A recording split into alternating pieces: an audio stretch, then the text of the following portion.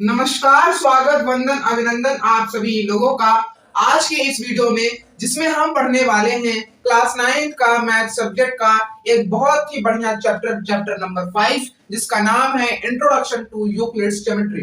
तो आज की वीडियो में हम इस चैप्टर से कुछ इंपॉर्टेंट टर्म समझेंगे, पढ़ेंगे, जो कि ज्योमेट्री से रिलेटेड है। ठीक है, तो टोटल इस चैप्टर में 14 इंपॉर्टेंट टर्म्स हैं जो कि ज्योमेट्री से रिलेटेड है। तो एक एक करके सबको समझते हैं, पढ़ते हैं, श्री गणेश करते हैं इस वीडियो का और शुरुआत करते हैं इस वीडियो का। तो सबसे पहले समझते हैं पॉइंट। पॉइंट क्या होता है? एक सिंपल डॉट ही पॉइंट है। ठीक है, पॉइंट का डेफिनेशन आप क्या समझते हो? A simple dot is a point. ठीक है, एक सिंपल डॉट पॉइंट है, या ये पॉइंट की डेफिनेशन। ठीक है, लाइन। लाइन की डेफिनेशन क्या हो सकती है कि एक ऐसी चीज जो दोनों डायरेक्शन से स्ट्रेटली एक्सटेंड हो रही हो, उसे हम कहते हैं लाइन। अब जैसे मैंने इस लाइन को रिप्रेजेंट किया ए बी पॉइंट से, तो ये कैसे पता करेंगे कि ये जो ए बी है, ये जो लाइन ए बी है, ये एक लाइन है। तो उसका भी एक सिंबल होता है। क्या सिंबल होता है? कि ए बी के ऊपर एक सिंपल सी छोटी सी लाइन बना दो, वही रिप्रेजेंट कर देगा कि जो ए बी है वो एक लाइन है।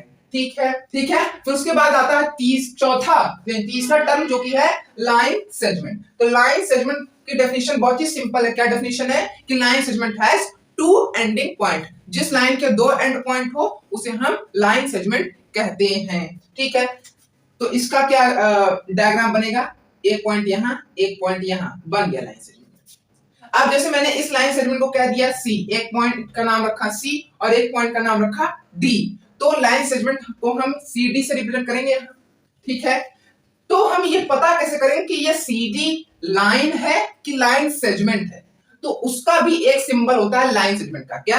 कि जिसको हम कह सकते हैं, जिस लेटर से हम लाइन सेगमेंट को रिप्रेजेंट कर रहे हैं, उन दोनों लेटर्स के ऊपर एक छोटी सी लाइन बनाओ और दोनों तरफ पॉइंट छोटे से बना दो, जिससे ये पता चले कि सीडी जो है लाइन सेगमेंट है। ठीक है, तो लाइन का सिंबल क्या हुआ? सिंपल सा लाइन। ठीक है, छोटा सा। ठीक है, लाइन सेगमेंट का क्या सिंबल हुआ? एक लाइन बनाओ और दोनों तरफ एंडिंग पॉइंट बना दो, बस वही लाइन सेगमेंट को रिप्रेजेंट करना है। ठीक है, अब आता है फोर्थ टर्म, जो कि है रे।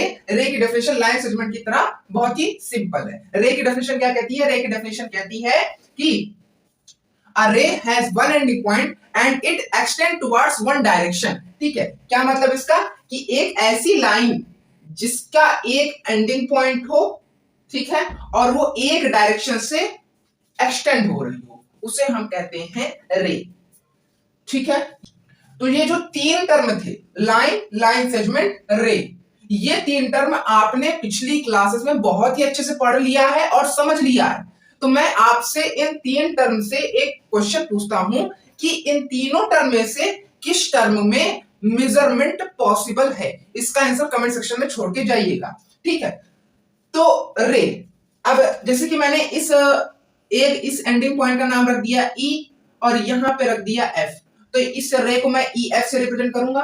ठीक है, लेकिन मैं पता कैसे करूंगा कि ये जो ई एफ है ये एक रे है? तो उसका भी एक सिंबल होता है रे का। क्या सिंबल होता है? कि एक छोटी सी लाइन बनाओ, एक तरफ एक्सटेंड का क्या कहते हैं, आइडेंटिटी लगा दो और दूसरी तरफ एक पॉइंट बना दो, जिससे ये पता चले कि ये रे है। ठीक है, तो लाइन की सिंबल क्या हुआ? सिंपल सा लाइन। लाइन सेगमेंट का सिंबल क्या हुआ? एक लाइन बनाओ, दोनों तरफ पॉइंट बना दो। रे का सिंबल क्या बनेगा? एक लाइन बनाओ, एक तरफ पॉइंट बना दो और एक तरफ एक्सटेंड की आइडेंटिटी बना दो, वही हो गया रे का सिंबल। ठीक है, तो जवाब देना, आंसर देना भूलिएगा मत कि इन तीनों टर्म में से किस टर्म में मेजरमेंट पॉसिबल है। ठीक है, अच्छा, एक और सवाल पूछता हूं रे से कि भैया ये बताओ, सनलाइट को हम रे क्यों बोलते हैं? जैसे आप कहीं पढ़ते होंगे तो आपने ये पढ़ा होगा कहीं कि सनलाइट रे, तो सनलाइट को हम हमेशा रे क्यों बोलते हैं, या हम किसी भी तरह की लाइट को हम रे क्यों बोलते हैं? आप इसका भी आंसर कमेंट सेक्शन में छोड़ के जाइएगा। दो सवाल अभी तक मैंने पूछ लिया आपसे। ठीक है, अब पांचवा टर्म आता है प्लेन। ठीक है, अब मैं अगर आपसे पूछूंगा कि प्लेन का मतलब क्या होता है, प्लेन की डेफिनेशन क्या होती है, तो आप बताओगे कि एक ऐसी स्मूथ या समतल चीज, उसी को हम कहते हैं प्लेन। लेकिन मैं कहूं कि इसकी मैथमेटिकल डेफिनेशन, जो कि एक्चुअल डेफिनेशन है, वो क्या होती है, आप नहीं बता पाओगे। तो समझो, मैथमेटिक्स में प्लेन की डेफिनेशन ये कहती है कि वो चीज जो 4 डायरेक्शन से एक्सटेंड हो रही हो। यानी कि मैंने अगर ये एक प्लेन बनाया, ठीक है, ये एक प्लेन बनाया, तो ये चारों डायरेक्शन से एक्सटेंड होती है। इसी को हम कहते हैं अपने मैथमेटिक्स में प्लेन। आपने थर्ड चैप्टर में कार्टेशियन प्लेन के बारे में पता ही होगा आपको ना। तो कार्टेशियन प्लेन में जो प्लेन है वो चारों डायरेक्शन से एक्सटेंड हो रही है, इसलिए हम उसको प्लेन कहते हैं। ठीक है, अब अपने आते हैं 11 टर्म पे। इन सबको छोड़ो, जो कि है कोलिनियर पॉइंट। कोलिनियर पॉइंट क्या होता है? एक ऐसी लाइन जिसपे 3 या 3 से ज्यादा पॉइंट लाई कर रहे हो। जैसे कि मैंने एक यहां पॉइंट बनाया, एक यहां पॉइंट बनाया, एक यहां पॉइंट बनाया। ठीक है, एक यहां पॉइंट 3 पॉइंट बना दिया या 3 से ज्यादा भी पॉइंट बना दिया मान लो, और उसका नाम रख दिया मान लीजिए ए बी सी। ठीक है, तो ये तीनों पॉइंट्स कोलिनियर पॉइंट्स हैं। कंक्लूजन में कहें कि कोलिनियर पॉइंट्स क्या होता है, डायरेक्टली समझाऊं तो 3 या 3 से ज्यादा ऐसे पॉइंट जो कि सिर्फ और सिर्फ एक ही लाइन पे लाई कर रहे हो, उन्हें हम कहते हैं कोलिनियर पॉइंट्स। ठीक है, अब 12th टर्म पे आते हैं जिसका नाम है इंटरसेक्टिंग लाइंस। इंटरसेक्टिंग लाइंस का मतलब पता ही होगा क्योंकि पिछले क्लास में आपने पढ़ा है बहुत अच्छे से। जब दो लाइन एक दूसरे को काटती हैं, उन्हीं दो लाइंस को हम इंटरसेक्टिंग लाइंस बोलते हैं। ठीक है, समझ में आ गया? ये ज्यादा समझाने लायक था नहीं। ठीक है, अब 13th टर्म पे आते हैं जो कि है कॉन्करेंट लाइंस।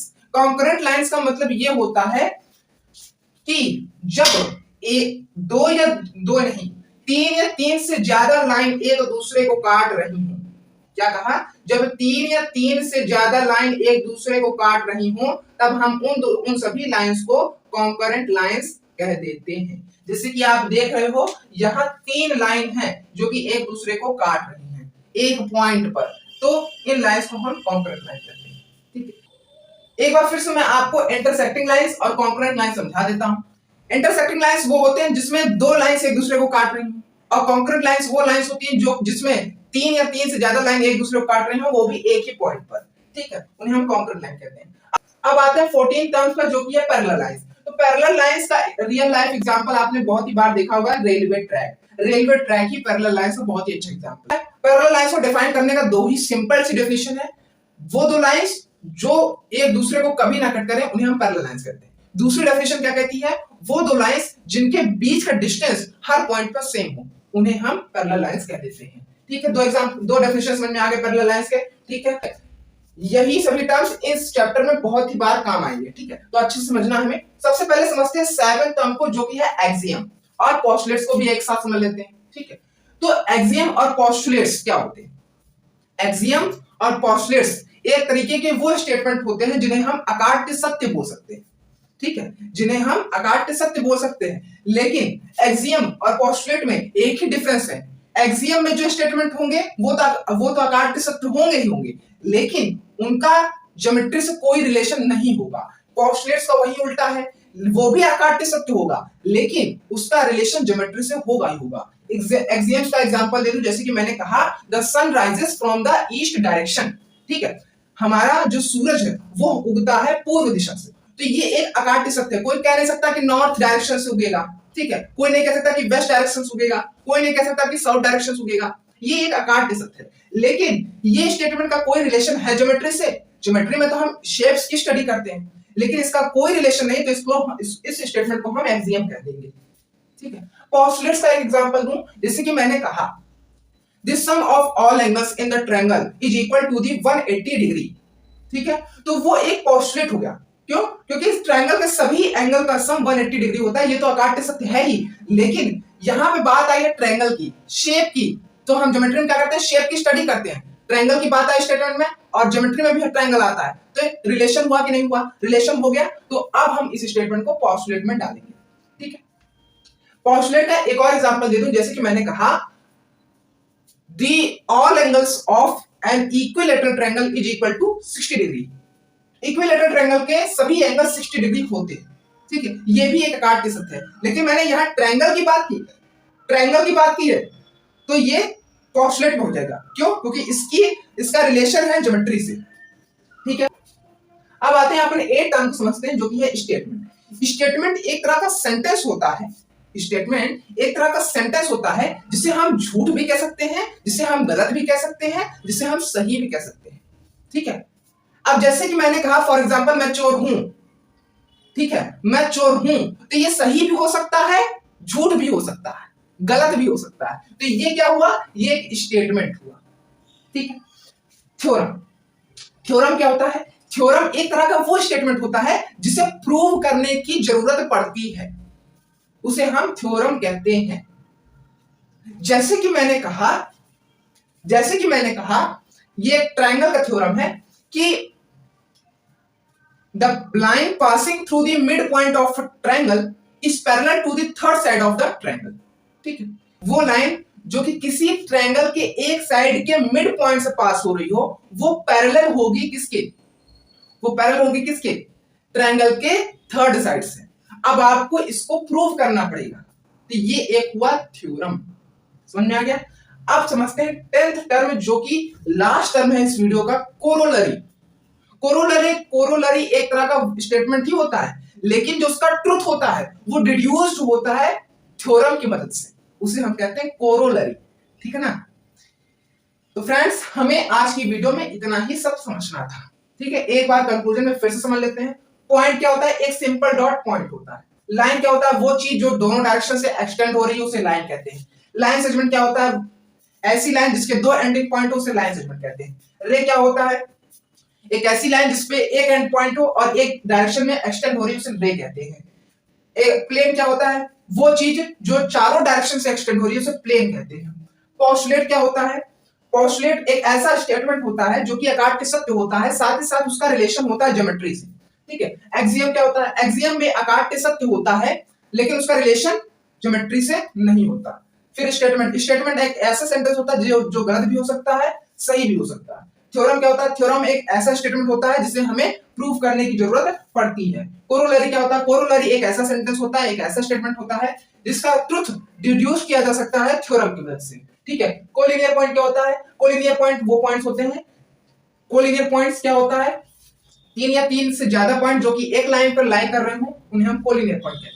इंटरसेक्टिंग लाइंस क्या होता है? वो दो लाइन जो कि एक दूसरे को इंटरसेक्ट कर रही हो, काट रही हो, उन्हें इंटरसेक्टिंग लाइंस कहते हैं। कॉन्करेंट लाइन किसे कहते हैं? तीन या तीन से ज्यादा लाइन जो कि एक दूसरे को एक ही पॉइंट पे काट रही हो, इंटरसेक्ट कर रही हो, उन्हें कॉन्करेंट लाइन कहते हैं। पैरेलल लाइन किसे कहते हैं? वो दो लाइंस जिनके बीच का डिस्टेंस हर पॉइंट पर सेम हो उन्हें पैरेलल लाइंस कहते हैं। पैरेलल लाइंस का एक और डेफिनेशन होता है, वो दो लाइन जो कि एक दूसरे को कभी ना इंटरसेक्ट करें, काटे, उन्हें पैरेलल लाइंस कहते हैं। ठीक है फ्रेंड्स, और एक चीज और दो क्वेश्चन पूछे थे, इसका आंसर कमेंट सेक्शन में जरूर दीजिएगा कि लाइन सेगमेंट रे में से इन तीन टर्म में से किसमें मेजरमेंट पॉसिबल है। ठीक है। और रे से भी एक क्वेश्चन पूछा था कि हम सनलाइट को रे क्यों कहते हैं या किसी भी लाइट को रे क्यों कहते हैं। इसका आंसर आपको कमेंट सेक्शन में छोड़ के जाना है, ये दो क्वेश्चन का। और एक चीज और बता दूं कि जो हमारे मैथमेटिशियन थे यूक्लिड जी, इन्होंने अपने टोटल 5 पोस्टुलेट्स दिए थे और टोटल 7 एक्सियम दिए थे। एक बार फिर से लास्ट क्लिप बनने के लिए थैंक यू सो मच। अगर वीडियो अच्छी लगी हो और जितनी टर्म्स का डेफिनेशन मैंने बताया, समझाया, वो सब समझ में आया हो तो वीडियो को लाइक, वीडियो को शेयर और चैनल को सब्सक्राइब बिल्कुल करिएगा।